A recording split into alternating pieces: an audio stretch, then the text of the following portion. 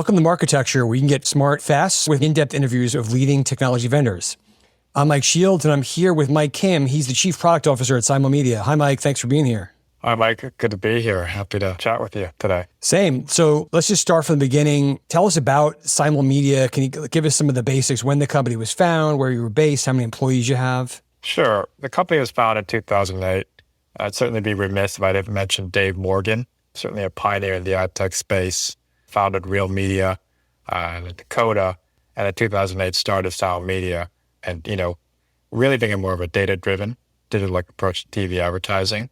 So we're in New York City, over 100 folks, and I joined last year to really head a product. So let's really get into the product here. I'm going to start with, does Simulmedia serve the advertiser, the agencies, networks, intermediaries, everybody? Who are your customers? Yeah, so our primary customer is the advertiser, and particularly brand marketers and the agencies that service them. I would say more so it's independent agencies, medium-sized agencies, and challenger brands, and really working with those brands that I guess want a bit smarter TV advertising. And when I say smarter TV advertising, it's like more efficiency, more transparency and ROI and clarity of the ROI that TV advertising is driving for them. Okay. And so what you talked about, this is for brand advertisers. Are these brands that have traditionally bought television the way we think about it in broad demographics and concerned with reach and frequency, and now they want to have television be a little bit more data-driven? Or are we talking about they want to buy television just like digital media with precision targeting and all those sorts of things? I think it's a bit of both. My feel is that it's been a bit more of the former. Some have evolved or come to us as they've understood digital and they've evolved a bit more. But then we do see brands that have come with more of a digital type of background, like some D2C type brands that understand the value of linear and want more transparency and understanding of, hey, what's a driver for me? Okay. Let's get specific about what the product is. Are you going out and buying inventory on brands' behalf as like an agency would? Or do you have a pool of inventory that you apply some data to? Are you giving them software and tools and they have at it? Like, how does the product actually work in practice? It's really that middle option that you mentioned. We put press out recently about it, a TV buying platform called TV Plus. It's really a culmination of everything we've built out over the last 13 years.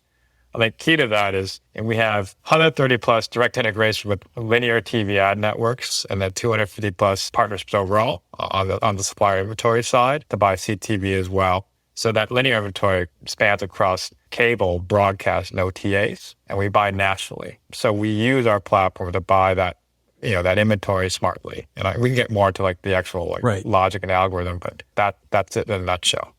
So I want to get into where that inventory comes from, because in CTV specifically, you hear things or companies are selling out. There's so much demand they can't even fill it. So it makes me wonder, where are you getting that from? And then in terms of national television, so much of that market is driven by the upfront. So where is this sort of the leftovers? Like, how do we think about where this inventory is coming from? Sure. So on the linear side, there's two terms I've gotten very familiar with it: scatter and upfront. Yep. We're buying both, right? Just based upon like historical buying patterns and behaviors, we know, all right, we're purchasing scatter at a national level. And, I wouldn't say that's like remnant in terms of digital or whatever, but that's stuff that hasn't necessarily been sold in the upfront, but it's certainly held back or whatever else. And we're also buying upfront from key partners, just say like a Discovery or, Disney, ABC. We know we need to fill all the demand, the campaigns that we have coming from advertisers. And then we have those direct relationships with all those networks that we've built up over the years and a platform to more, to automate the buying process of linear, buying and execution. And we also, those relationships really help us in terms of just getting access to the CTV inventory from those networks and companies as well. So, PMPs and PGs and having the seat on the SSP to buy the inventory, that's all there for us as well. Right. So when you say we go out and buy, are you saying like in conjunction with a brand, or does Simul go out and buy a whole bunch of inventory and then, sell it back to brands or allot it to them? How does that work? Yeah, I guess we're not necessarily, how would I best explain it? It is a mixture of upfront and scatter and PMP and PG, right? And, brands come to us and, we're really good about driving efficient, cost-effective reach.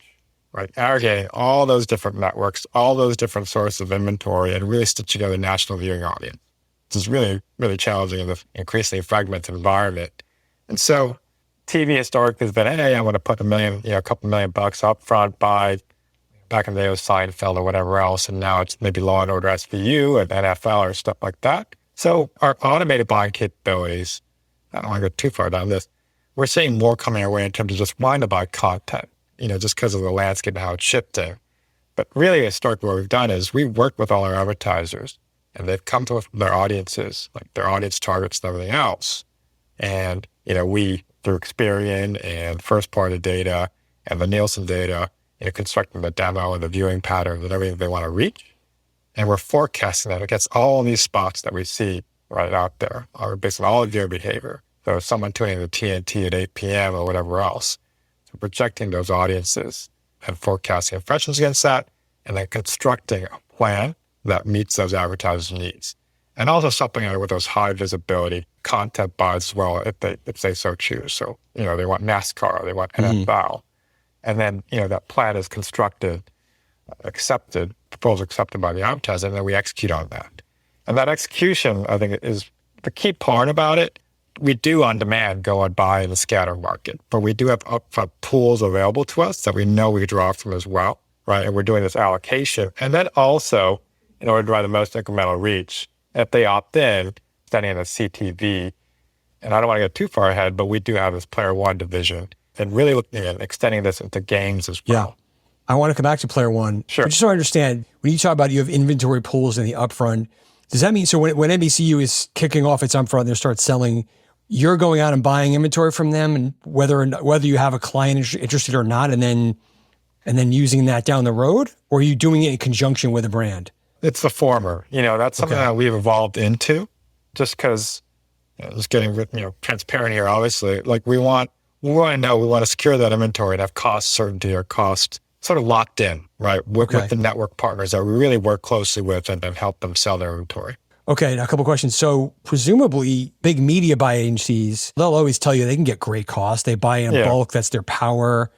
And they also will often talk about, we have partnerships with Experian and all these other data companies. We own some of them.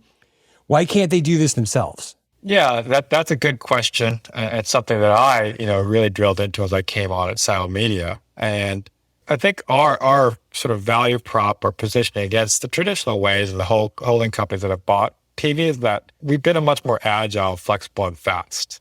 So they can do that but it's typically they deploy a lot of money, a lot of dollars and budgets in the upfronts. And, I guess the best way I can tell is a recent anecdote. We had a lawn care company come to us saying, like, hey, I have a couple more $1 million I want to spend in March, right? Mm-hmm. This came to me, and we need to deploy that, put in the market. And traditional ways, they can't do that, right? And we had some other pharma advertiser come and say, like, hey, Walmart wants us to push more product. I need to put this money out there and get it on TV screens to an older audience.